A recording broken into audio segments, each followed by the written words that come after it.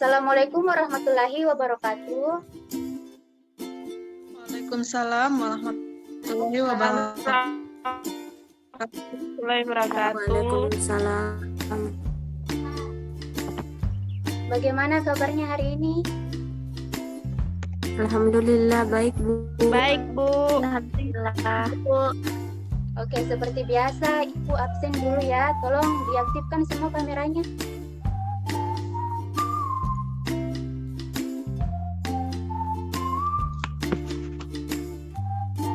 Ya, Siti Rahma. Bu. Hadir, Bu. Ira Rizwana. Hadir, Bu. Sari Bulan. Hadir, Bu. Yusra. Hadir Ibu. Yulianti. Hadir, Bu. Nuranisa. Mana Nuranisa? Sakit, Bu. Belum gabung mungkin, Bu. Oh ya. Baik anak-anak, apa masih ada yang ingat pelajaran kita minggu lalu? Tentang apa yang masih ingat? Ya, Bu. Oh ya, Siti Rahma. Induk-induk akhlak tercela, Bu. Ya, apa saja itu?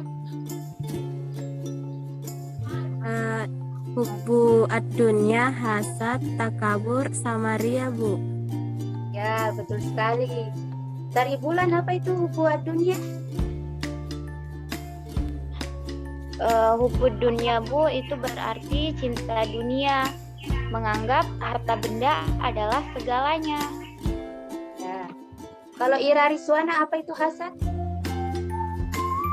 Hasad itu, Bu, berarti dengki. Maksudnya perbuatan yang mencerminkan rasa marah, tidak suka karena ada rasa iri, Bu. Ya, betul. Kalau Yulianti, apa itu takabur? Takabur itu berarti sombong atau berusaha menampakkan keagungan diri, Bu. Ya, betul. Kalau Misra, apa itu ria? Kalau ria Ibu berarti mengerjakan sesuatu perbuatan atau ibadah untuk mendapatkan pujian dari orang lain, bukan karena Allah semata, Ibu. Ya, betul semua ya. Alhamdulillah masih ingat semua. Nah, hari ini kita akan melanjutkan ke bab selanjutnya ya. Tapi sebelum itu, Ibu mau share dulu PPT-nya. Iya, Bu.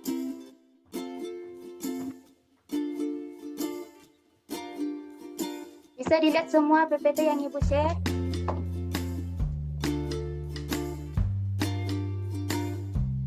Bisa, Ibu. Iya, Bu. Oke, jadi hari ini kita akan belajar tentang alangkah bahagianya jika kita bersyukur, qanaah, ridha, dan sabar.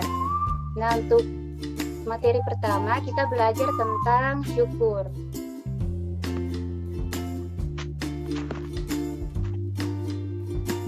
Jadi syukur itu berarti berterima kasih kepada Allah. Syukur juga merupakan suatu tindakan, ucapan, perasaan senang, bahagia, lega atas nikmat yang telah dirasakan, didapatkan dari Allah Subhanahu wa Ta'ala. Nah, ada juga bentuk-bentuk bersyukur, itu ada 3. Yang pertama, bersyukur dengan hati, bersyukur dengan lisan, bersyukur dengan amal perbuatan. Bersyukur dengan hati maksudnya itu kita meyakini dengan sepenuh hati bahwa apa yang kita rasakan, nikmat yang kita rasakan itu berasal dari Allah Subhanahu wa Ta'ala. Nah, bersyukur dengan lisan itu maksudnya kita mengucapkan secara lisan ungkapan rasa syukur kita kepada Allah, seperti mengucapkan hamdalah atau alhamdulillah. Atau juga kita bisa mengucapkan rasa syukur kita itu melalui doa.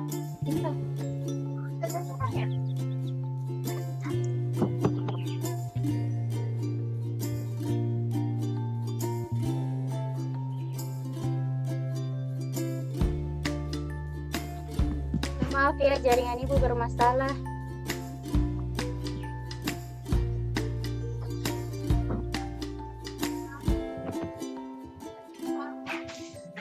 Ya Bu, tidak apa-apa. Nah, bersyukur dengan lisan tadi kita itu mengucapkan rasa syukur kita kepada Allah dengan mengucapkan hamdalah, atau kita bisa dengan mengucapkan rasa syukur kita itu melalui doa, seperti berdoa setelah makan dan berdoa setelah bangun tidur. Kemudian bersyukur dengan amal perbuatan, yaitu kita menggunakan anggota tubuh kita itu dengan hal-hal yang baik atau hal-hal yang positif. Selanjutnya ada hikmah dan manfaat syukur.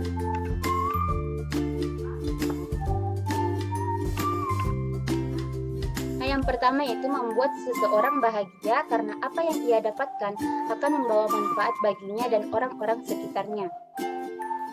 Yang kedua, Allah akan menambah nikmat yang ia peroleh sesuai dengan janji Allah Subhanahu wa taala dan akan terhindar dari siksa yang amat pedih. Dan yang ketiga, orang yang pandai bersyukur akan disukai oleh banyak orang karena ia adalah orang yang pandai berterima kasih kepada sesama. Dari materi yang Ibu jelaskan tentang syukur ini, ada yang tahu apa itu ciri-ciri bersyukur? Saya, Bu. Ya, silahkan. Ciri-cirinya itu gembira ketika mendapat nikmat dari Allah. Ya, betul ya. Oke, selanjutnya. Atau ada lagi yang tahu apa itu ciri-ciri bersyukur?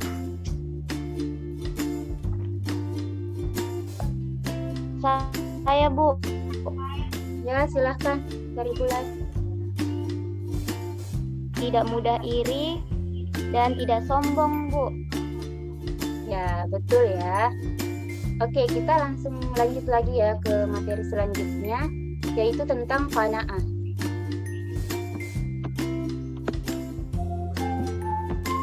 Ya, jadi qanaah adalah sikap rela menerima dan merasa cukup dengan apa yang dimiliki, serta menjauhkan diri dari sifat tidak puas dan merasa kurang. Fungsi qanaah ini ada dua, yaitu stabilisator dan dinamisator. Stabilisator ini maksudnya orang yang memiliki sifat qanaah itu pasti ia akan selalu berhati tentram dan damai. Dia berlapang dada, terhindar dari sifat tamak, serakah, dan rakus. Nah, yang kedua itu dinamisator. Dinamisator ini maksudnya ketika orang memiliki sifat qanaah, maka ia akan mempunyai kekuatan batin untuk mendorong dirinya mencapai kemajuan hidup dan tetap bergantung kepada kehendak Allah Subhanahu wa taala. Selanjutnya itu keutamaan qanaah. Keutamaan qanaah yang pertama yaitu bersyukur apabila berhasil dalam usahanya dan jauh dari sifat sombong. Yang kedua, bersabar dan berlapang dada apabila gagal dan jauh dari sifat frustasi. Yang ketiga, memiliki hati yang tentram dan damai. Yang keempat, merasa kaya dan berkecukupan. Yang kelima, membebaskan diri dari sifat rakus dan tamak. Yang ketujuh, yang keenam, hidup hemat, tidak bergaya, hidup lebih besar pasak daripada diam. Nah, yang kedelapan yang ketujuh menyadari bahwa harta berfungsi sebagai bekal ibadah. Yang terakhir, menyadari bahwa kaya dan miskin itu tidak terletak pada harta, tetapi pada hati. Nah, untuk penjelasan Ibu mengenai qanaah ini, apakah sudah ada yang tahu apa sih ciri-ciri dari orang yang memiliki sifat qanaah? Saya Bu, Ya, silahkan. ciri-cirinya itu merasa cukup dengan nikmat yang ada Ibu. Ya, betul. Ada lagi yang tahu? Saya Bu, Ya, Gilanti. tidak tamak dan tidak serakah Ibu. Ya, betul sekali ya. Oke, kita langsung lanjut lagi ke materi selanjutnya, yaitu ridha dan sabar.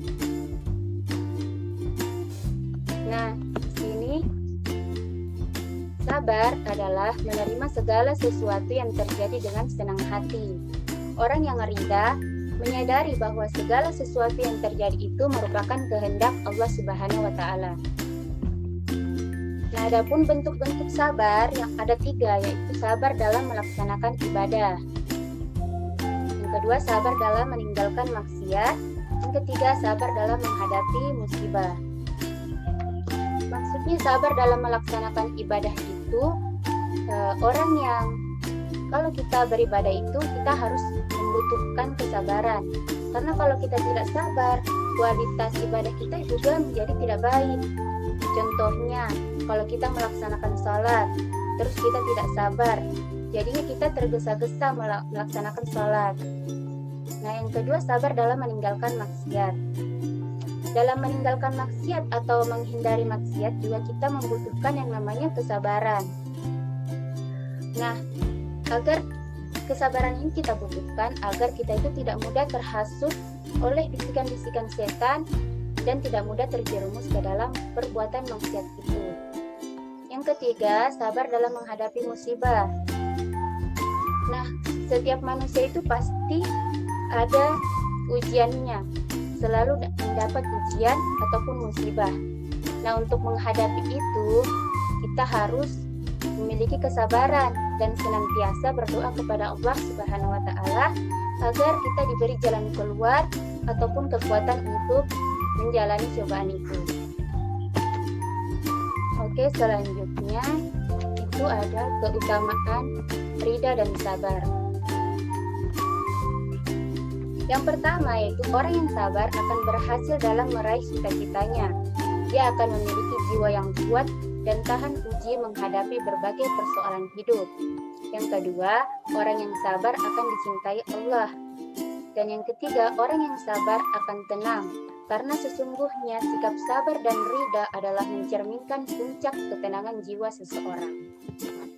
Nah, dari penjelasan Ibu ini, apakah ada yang tahu apa itu ciri-ciri dari orang yang memiliki sifat ridha dan sabar?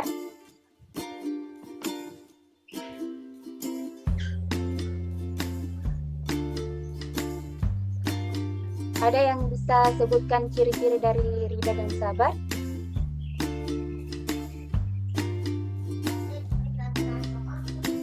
Saya, Bu. Ya, silahkan. Ciri-cirinya itu tidak suka berkeluh kesah, Bu. Ya, betul sekali. Ada lagi yang tahu? Ya, Bu. Ya, Siti Rahma.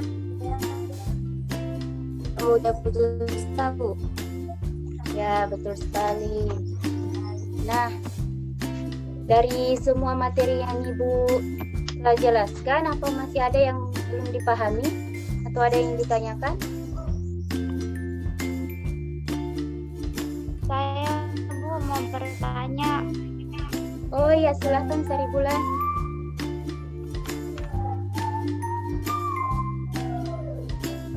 Apa maksudnya poin ke-6 tadi, Bu, dari keutamaan qanaah? Oh, yang poin ke-6 ya. Iya, Bu. Hidup hemat, tidak bergaya hidup, lebih besar pasak daripada tiang.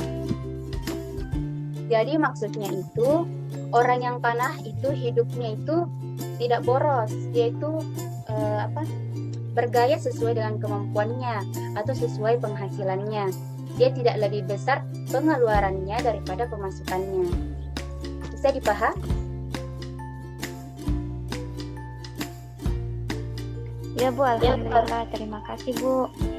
Oh iya, apa masih ada lagi yang ingin ditanyakan atau sudah paham semua?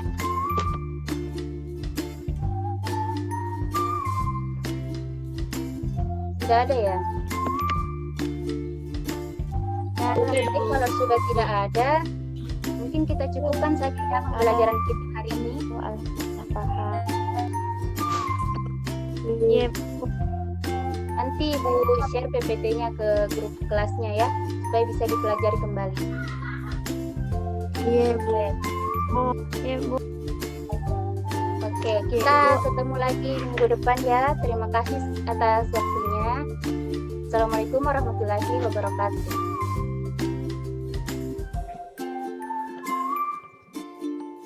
Waalaikumsalam warahmatullahi wabarakatuh.